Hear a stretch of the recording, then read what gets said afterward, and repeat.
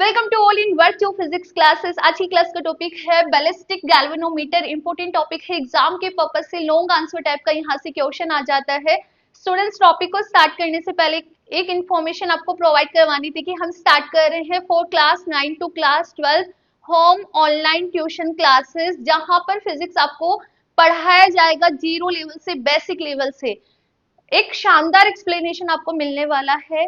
Classes आपकी interactive रहेगी, offline classes जैसा ही आपका एक्सपीरियंस रहेगा। प्रॉपर आपको नोट्स प्रोवाइड करवाए जाएंगे। इसके साथ साथ ही चैप्टर वाइज आपके पास वर्कशीट और स्टडी सीट्स होगी प्रैक्टिस के लिए, और सैंपल पेपर भी हम सॉल्व करने वाले हैं। तो बिना कुछ देरी किए स्क्रीन पे दिए गए नंबर पे कांटेक्ट करिए, जहां पर 2 डेज का फ्री डेमो क्लासेस आपको प्रोवाइड करवाया जाएगा। ओके, सो नाउ टॉपिक पे आते हैं। सबसे पहले क्वेश्चंस के बारे में डिस्कस कर लेते हैं कि ब्लास्टिक गैल्वेनोमीटर से क्वेश्चंस क्या क्या बन जाते हैं। फर्स्ट क्वेश्चन की मैं बात करूं तो what is the ballistic galvanometer. Ballistic galvanometer होता क्या है? Write the principle construction in working process. इसका प्रिंसिपल आपको बताना है, कंस्ट्रक्शन किस टाइप का है, वर्किंग प्रोसेस एक्सप्लेन करनी है। सेकंड क्वेश्चन क्या है? What is ballistic galvanometer. Write its equation of motion. Equation of motion आपको लिखना है and solve it for displacement at time T second. T second पे आपको डिस्प्लेसमेंट भी कैलकुलेट करना है। ओके, तो नाउ कीवर्ड्स की बात कर लेते हैं कि लेक्चर के कीवर्ड्स क्या क्या रहने वाले हैं। फर्स्ट ऑफ ऑल हम यहाँ पे बात करेंगे कि व्हाट इज ब्लास्टिक गैल्वेनोमीटर।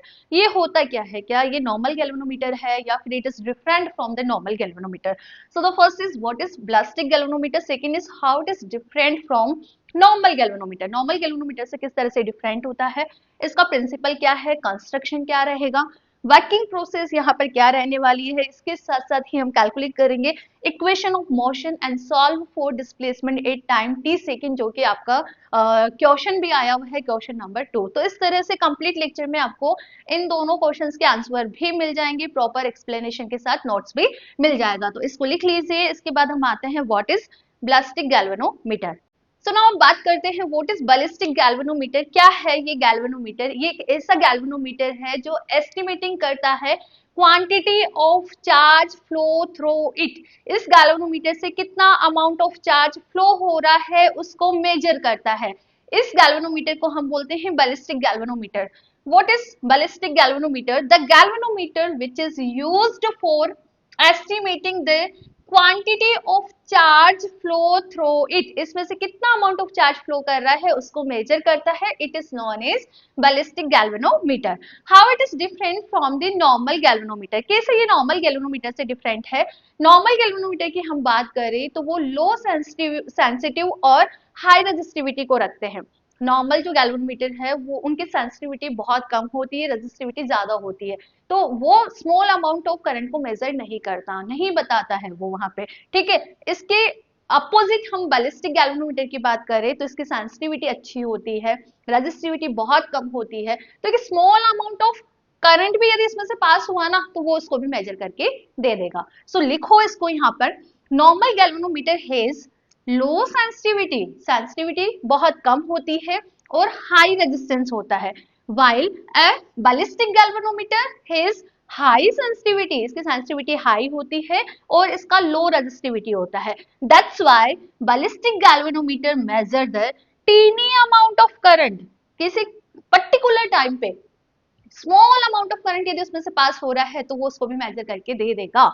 यही इसका प्रॉफिट रहता है, इसका प्रॉफिट रहता है नॉर्मल गैल्वेनोमीटर से। ठीक है, तो लिख लीजिए आप क्या होता है ये और how it is different from the normal galvanometer.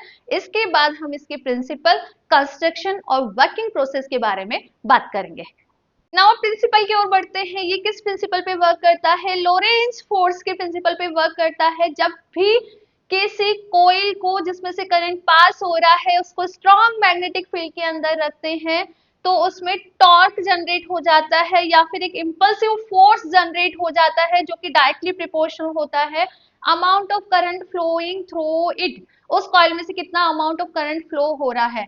Simple language में हम बोलना चाहे तो जब किसी एक करंट कैरिंग कोइल को स्ट्रॉन्ग मैग्नेटिक फील्ड के अंदर रख दे, दैट टाइम उस कोइल पे जो फोर्स एक्ट होता है, वो जो कोइल फोर्स फील करती है वो डायरेक्टली प्रोपोर्शनल होगा अमाउंट ऑफ करंट के। तो अब हम यहाँ पर क्या करेंगे, उस फोर्स की वैल्यू यहाँ पर कैलकुलेट करेंगे और देखेंगे कि क्या ये करंट के डायरेक्टली प्रोपोर्शनल आ रहा है। करंट के डायरेक्टली प्रोपोर्शनल आ रहा है तो हम वहां से चार्ज के फॉर्म में करंट को रिप्रेजेंट कर सकते हैं।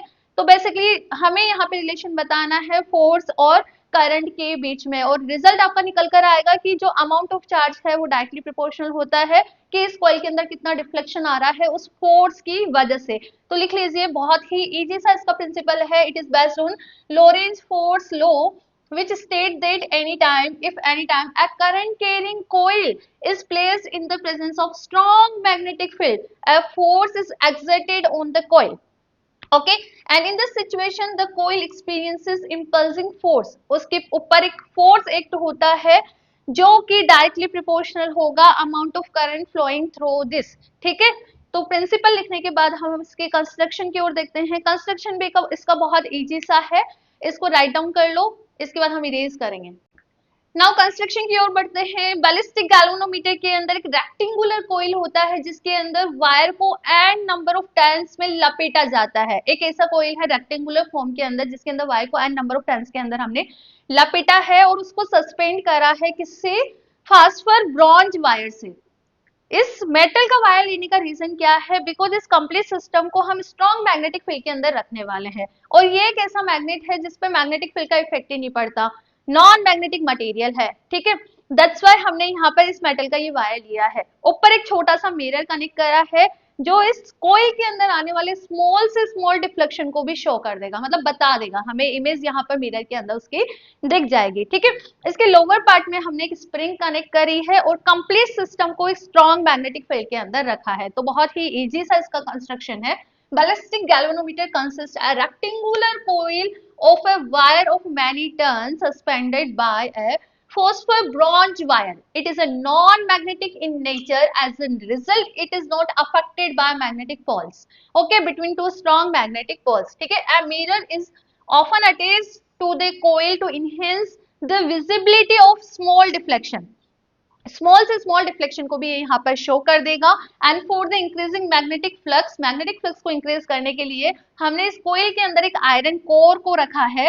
For increasing the magnetic flux iron core place with in the coil and the lower portion of the coil is connect with the spring. ठीक है, तो इस तरह से ये डायग्राम आपको बनाना है। कंस्ट्रक्शन के अंदर आपको ये थ्योरी लिखकर आनी है। ओके, वर्किंग प्रोसेस और डिस्प्लेसमेंट इक्वेशन को अब हम कैलकुलेट करेंगे इन द नेक्स्ट लेक्चर। तब तक आप यहाँ तक इसको लिख लीजिए और प्रॉपर नोट्स बना लीजिए। तो मिलते हैं नेक्स्ट लेक्चर में with the working process of ballistic galvanometer, और इसके साथ साथ ही हम कैलकुलेट करेंगे equation of motion in the term of displacement. Thank you.